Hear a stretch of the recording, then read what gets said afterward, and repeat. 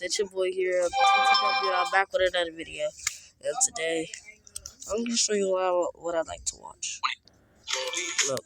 My parents told me to stop saving for my child's future and put the money toward their princess girl's debts. I refused and got threatened, so I'm 26, single dad to my 4-year-old daughter, Alara. Her mom left when Alara was born, so it's just us. I work 2 jobs, morning shift at a warehouse, evenings at a restaurant, and still managed to put $300 a month into Alara's college fund. It's not much, but every dollar counts. My sister Celine is 24, lives with our parents rent-free, no job, just racked up $40K in credit card debt buying designer clothes and taking Instagram trips to Cabo and Miami. Classic golden child who never faced consequences for anything. While I was working at 16 to buy my first car, Celine got a brand new Saab for her sweet 16 just because. The favoritism has been obvious my whole life. When I graduated high school with honors, they took the family out to Applebee's. When Celine barely scraped by with a 2.1 GPA, they threw her a massive graduation party and bought her a $3,000 MacBook for college. She dropped out after 1 semester. When Alara was born and I needed help with childcare so I could work, they charged me $15 an hour for babysitting their own granddaughter. But when... Dang, that's little. Or for babysitting their own granddaughter. But when Celine wanted to go to Coachella last year, they handed her $2,000 for the experience. I've watched them bail Celine out countless times.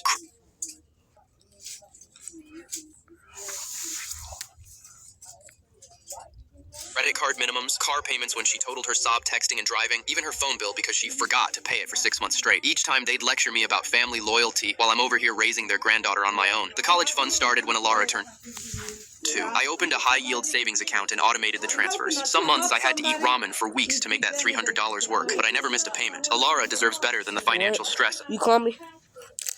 You call me?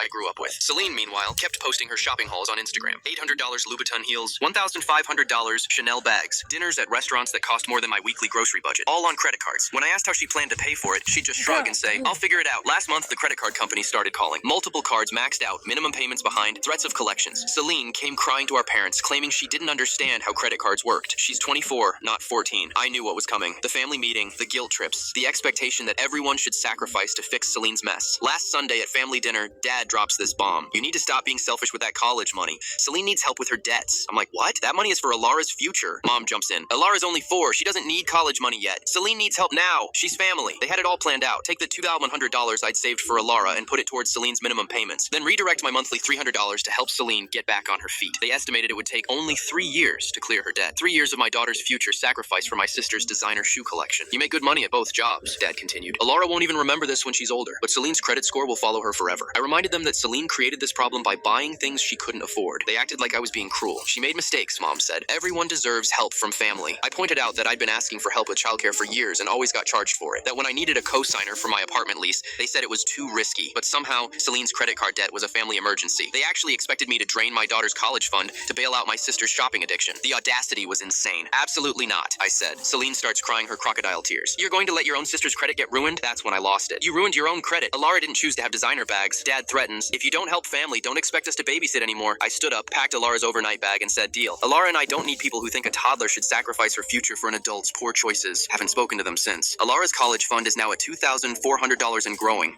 My parents told me to stop saving for my... A lot of times, I don't need work because we gotta... Thanks. Me. Sit down. And I was like, when did you get high? You caught it? Yeah. Like, no one... Okay, Jesus.